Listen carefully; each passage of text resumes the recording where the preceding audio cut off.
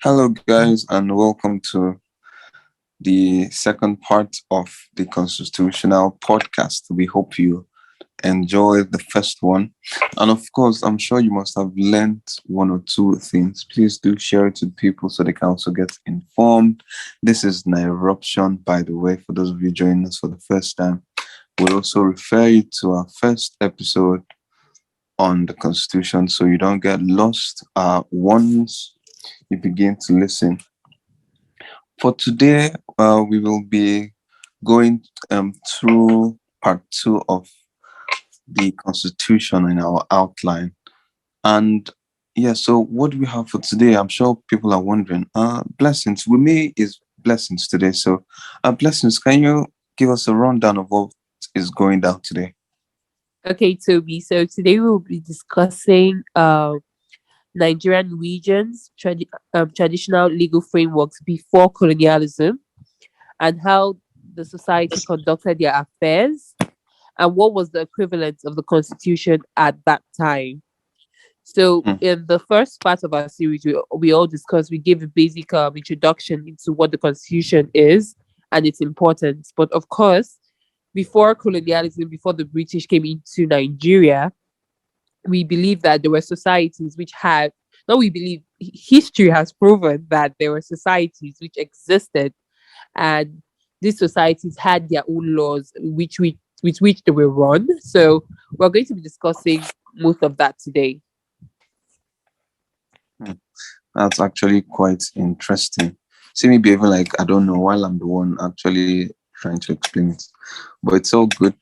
So we move swiftly to the introduction of part two. So for our introduction, guys, we'll just have a brief recap, just a reminder of what we did in our last constitution recording.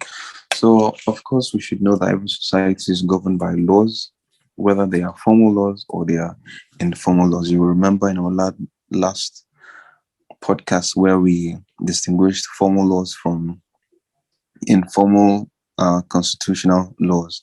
Formal constitutional laws are those that are codified down in a single document, example, the Nigerian constitution, while informal are those that are scattered everywhere. There is no particular document where you can pinpoint and say, oh, this is the constitution of this nation or country, example, the British government. Now, these laws are informed in diverse ways, of course, forming the sources of these laws. What we mean here is that the laws that we are talking about, the constitutional laws we're talking about, are from various sources. You have laws from the National Assembly, you have laws from the president, you have laws from the committee, which is also turned into an act. We have judicial president. So, in general, the laws that we are talking about are from diverse sources to form up a single document. Now, while some of these sources have remained a constant over the history of most societies, some of them are new. You will agree with me that when we talk about some certain laws like the right to life or the right to freedom of speech or expression, you see that even in the UDHR, Universal Declaration of Human Rights of 1948, up to dates and going back to Magna Carta and Charter's Law of 1215, you will see that some of these laws are repeated throughout history. Then some new laws, for example, the LGBT rights and all that, the equality rights of women, and we also have the persons with disabilities law. We also have the what do you call it now? The immigrants, the blessings. What's the name again for people that don't have the IDP law, right? Blessings. I think it's IDP, internally displaced people. Yes. Yes, yes. So there are those group of people that do not have states per se, but we're not going into details. Our point is that there are some laws that have remained constant, while some are, of course, newly originated. Now, this is as a result of occurrences within the societies such as colonialism, international agreements, and the likes. Hence, the dynamics of these laws. Colonialism from history till dates, then the international agreements, looking at the new laws till dates too. So we would be focusing on the former. And when we mean the former, we're talking about the colonial laws. Like, how did these laws come to be? How did this law get us from point A to where we are now? How did it get us from nothing to something? So we'll be looking at these laws, providing an in-depth analysis on the various ways in which traditional societies were governed before colonialism. Now, to our next segment, now what we have just spoken about is on the introduction. So right now we'll be looking at the historical background of the Nigerian constitution. So the history of Nigeria, or the Nigerian constitution, cannot be discussed without the study of several civilizations and kingdoms, which comprises of the current day Nigeria. These societies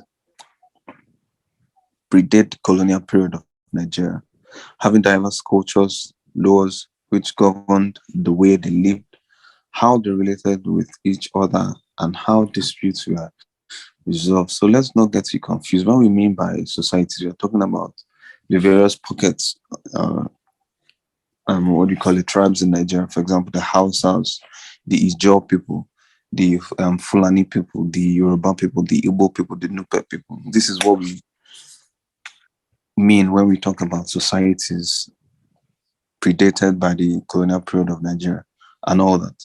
Now, there are a total of 371 tribes in the current day Nigeria as we speak, which provide a glimpse of the total number of societies which possibly existed prior to the annexation of Nigeria by the British government.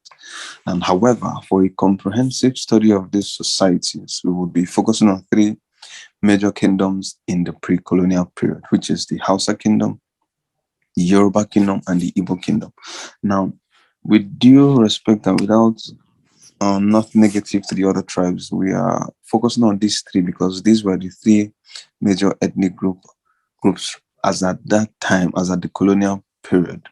Then from these three major ethnic groups, I think we now have some breakouts of different ethnic groups too. But as at pre 1884, it was just these three major ethnic groups because Nigeria was divided along tribal lines prior to 1884.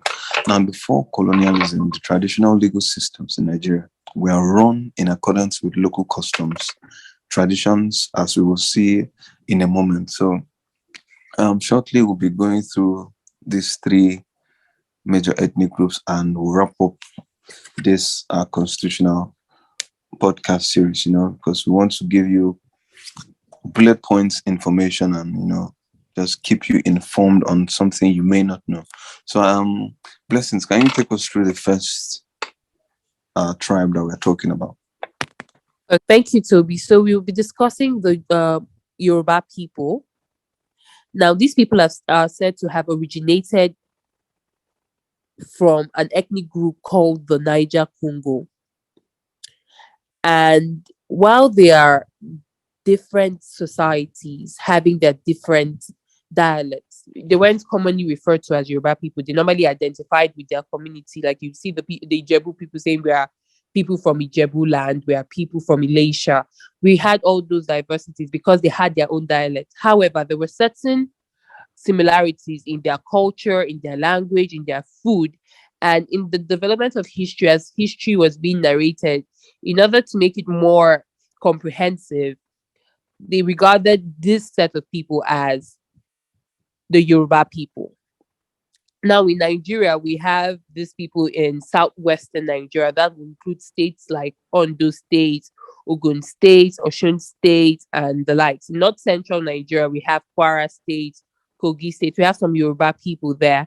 I think we also, the Edo people might fall. No, the Edo people have their own parts called the Central Benin. We still have people that speak some sorts of some dialects which is similar with that of Yoruba in those areas. So these regions were regarded as comprising the Yoruba kingdom. Now, historical facts and artifacts show that this kingdom, the Yoruba kingdom, had existed even before the coming of the British and, of course, colonialism. Like any standard society, These kingdoms this kingdom was characterized with an orderly and unified political system. So we are saying that before the British came, these people had a system that was being operated to ensure proper administration of the state. So the Yoruba kingdom is also regarded as the Oyo kingdom and has its headquarters situated at Olu Ilu. Apologies to my Yoruba brothers listening to this and sisters. I'm not Yoruba, but I would try my best to give to pronounce it in a proper manner. So now the headquarters was situated at Oluilu and had linkages with other towns and villages. So it was linked with towns like Ile-Ife, Jesha, and the likes. So the Edo people had already created the Benin tribes. So although they were affiliated with Yoruba people, they still created their own kingdom. And the political administration consisted of a central level and subordinate units. It was more of a decentralized. The power was centralized with someone, but was, however, shared with other tiers of officials in the community or in the kingdom. Now, Oyo was a sizable empire or region that was split up into numerous provinces. It had different segments. There was Ibadan and the likes. And of all the empires or kingdoms in the Yoruba political system, it was regarded as the most renowned and notable. I feel even most of the historical facts were well documented, which helps historians easily refer to the kingdom, making it more pronounced when compared to other societies or towns. Now, the central administration was headed by the Alafin, who was in you would call him the king or the Oba of the whole Yoruba kingdom. There was only one Alafin, and he was assisted by a handful of chiefs and other political figures in the administration of the kingdom. The subordinate units, that is the towns and the villages, as we said earlier, the Alafin was assisted by several people. These people helped ensure that even in the smaller units, the smaller towns, the smaller villages, his power was still felt. The administration was still running smoothly. So the subordinate units were headed by Bales. So I would believe I want to just oppose it with Nigeria, as we have the way we have the president of Nigeria, then we have governors in the different states. The way governors report to the president, that's the same way the Bales were reporting to the Alafi as to the happenings in their various towns and villages. These Bales were also assisted by certain chiefs in their own jurisdiction. So the political administration was decentralized, as I've stated over and over again. Power was being shared among all political levels of the kingdom, from the highest level to the lowest level. So power being shared, as we had power being shared amongst the people at their laughing level, we still also had power being shared with people in the Bales level, that is in the region, the towns, and in the villages. Now, this was done to ensure that the administrative level had checks and balances. There was a system of checks and balances. It's not new. Most people would want to assume that in government, the term or the concept of checks and balances didn't exist in Nigeria. I remember when we were being taught government in school, you said it. Toby, would you assist me? Was it, separation of power was Montesquieu. That is the name. Checks and balances. There's another person that actually originated that. They would want to accrue it to the white man. But even in these societies, these historical kingdoms, Yes. there was a system of checks and balances which was being practiced. And this was done to ensure that the administrative level had power to check, determine Yes. validity, or challenge the actions of other levels of administration. So the Alafin's power was not absolute. He couldn't just wake up one morning and say, "Oh, this is what I want done," and everybody would immediately say, "We answer." There were checks to ensure that it was it was allowed. It was allowed with their customs, with their religious beliefs, and the likes. So some of the prominent figures within the political administration include the Alafi, who was the political head of the kingdom. We have the Aremo, yes, the Aremo, who was the eldest son of the Alafin and who assisted his father in the administration of the kingdom. So the way we have a prince who would assist the king in governing the kingdom, we had the Aremo, who was his eldest son. Note, is his eldest son. It's not just all his sons. The eldest son of the king was of the Alafin was called an Aremo, and he assisted his father in administering the kingdom. However, he could not succeed his father at the demise. So he could it was the role of an Alafi was not hereditary. You must be chosen, you must be found worthy by another organ, which we will discuss now, and that is the Oyomesi. There were 7 hereditary kingmakers. So this ones we had like 7 chiefs who appointed or who determined who is worthy enough to be the Alafi of the Yoruba kingdom. Then we had the Bale or Oba, who administered each province or district. These were people that administered the towns, the villages, to ensure that the orders of the Alafi were being implemented in this region. They were responsible for ensuring that tribute or homage was given to the Alafi. They had to ensure that their people still paid their respects to the Alafi. Then there was the army, which was headed by the Are Ono Kakanfo. Apologies once again. Apologies. By the Are Ono Kakanfo.